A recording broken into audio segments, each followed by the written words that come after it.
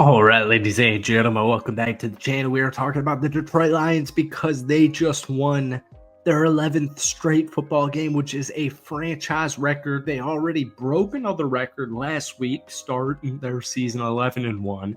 The Detroit Lions are now 12-1 thanks to their 34-31 home victory against my Green Bay Packers. This just happened. Jake Bates, absolute legend. Jake Bates, I mean, it really is a crazy story. We'll talk about that towards the end of the video, but another win, man. Divisional wins are always difficult, especially on the road, but Detroit had already done that a couple of games or a month or so ago in Lambeau Field. And, one big telltale sign for me about levels of talent in this league is winning both of your divisional games against a divisional opponent, especially the now 9-4 Green Bay Packers. But Jared Goff, 283, 32 of 41, 3 touchdowns, 1 interception. It was a really bad interception, but you'll make do with it. You'll live with it. David Montgomery, Jahmyr Gibbs had a couple of nice runs, but for the most part, the Green Bay Packers defense, man, it's pretty stout. It is pretty stout. The defense, I guess, technically gave up 31 points, but once again, this is 2 literal Super Bowl candidates here. No matter what your thoughts are on the Green Bay Packers, it's Jordan Love, Matt LaFleur, a lot of weapons offensively and defensively. This is a very impressive victory, no matter how you want to chop it up. We said on our Lions channel, I'll pin in the comment section our Lions channel or my Lions channel. But I made a preview video for this football game, and I pretty much said the first of 30 is probably going to win this football game, and that's exactly what happened. So welcome back to the channel. We're obviously talking about the Detroit Lions, who are now 12-1. It's crazy. It feels like a Madden season, but as always, hit that like button, hit that sub button for daily NFL content. We got a rapid reaction for the Detroit Lions win here. I keep saying it. I know it's getting annoying, so we'll end it here. But I got a Detroit Lions channel. I'll link it in the pinned comments, so go check it out. We're like 150 subs away from 1,000. But anyways, moving forward, the defense is decimated, dude. Brian Branch went down with an injury. Ali McNeil went down with an injury right from the gate. And keep in mind, Levi Onwuzurike, Josh Paschal, and DJ Reader were all not playing in tonight's football game. And we could go on and on and on. Obviously, the Detroit Lions are missing Aiden Hutchinson. They're missing John Comiskey. I mean, they're missing Marcus Davenport. They were missing heading into this football game. I believe it was 15 total defensive players. Maybe it was 13, but I think it was 15 defensive players. It's just next man up mentality, but we'll get there in a second.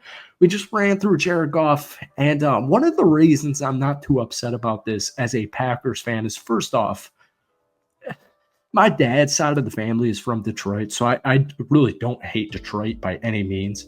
Like, I actually kind of root for them.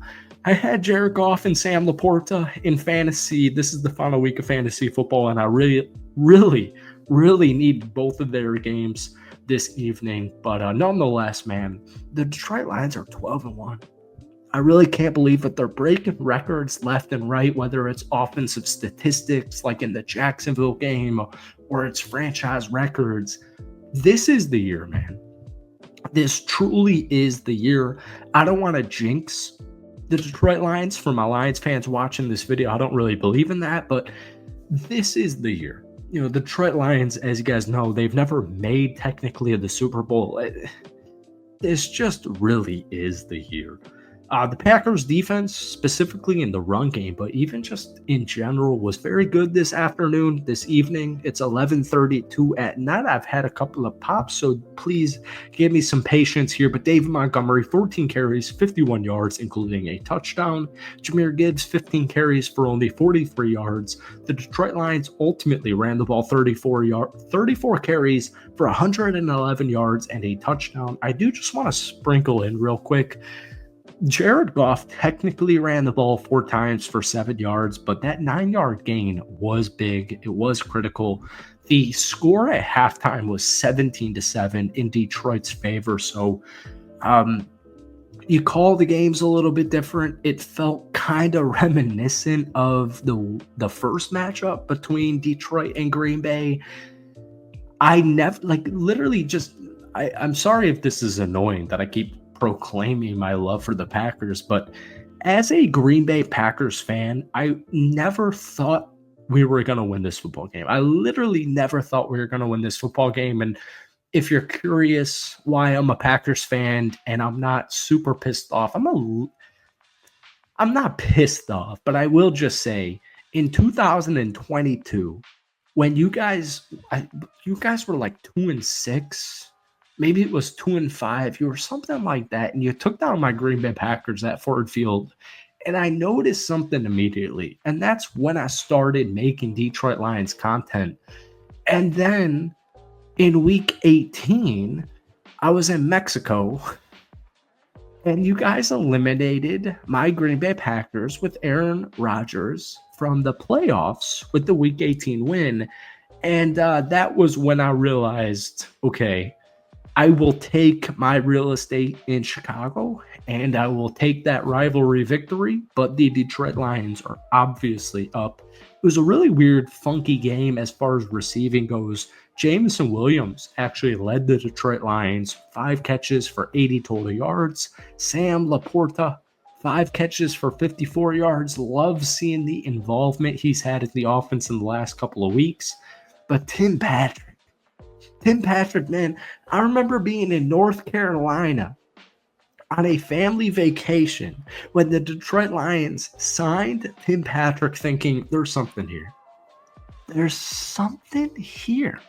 Well, his first catch or his first touchdown catch of 2024 came this evening, and also his second. Tim Patrick, 6 catches, 43 yards, and 2 touchdowns. He was a huge player of the game.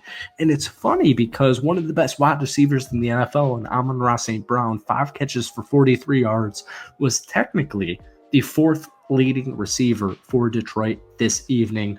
And also David Montgomery and Jahmyr Gibbs, even though the running statistics aren't too crazy, they both had great games in the receiving department. More specifically, Jahmyr Gibbs, 6 catches for 30 yards and a touchdown.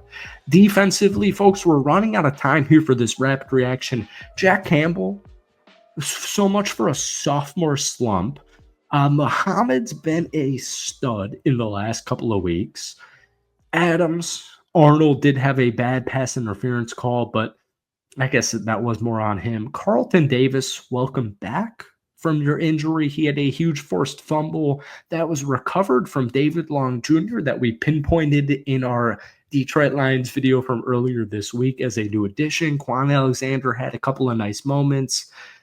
But the big thing to me is, first off, Brian Branch got injured. Aleem McNeil got injured. Aleem McNeil, more specifically, he got injured with a head injury, but it wasn't a concussion. So I'm not saying I'm worried, but I am just saying that's something I'm keeping my eye on.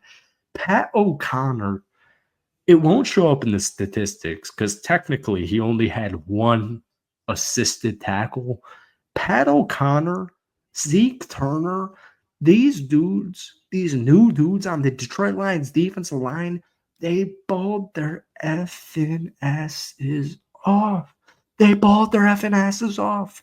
Now, folks, that's all we got time for in tonight's video. But hit that like button, hit that sub button for daily NFL content. We post a ton of Lions videos on this channel. But guys, you just broke my heart taking down my Green Bay Packers. Hit that like button, hit that sub button if you guys haven't already. But give me your player of the game and give me all your thoughts and opinions from this Thursday night showdown. You're 12-1. You're 12-1. Run it up. Let me know your thoughts. We'll see you in a day or two. Peace.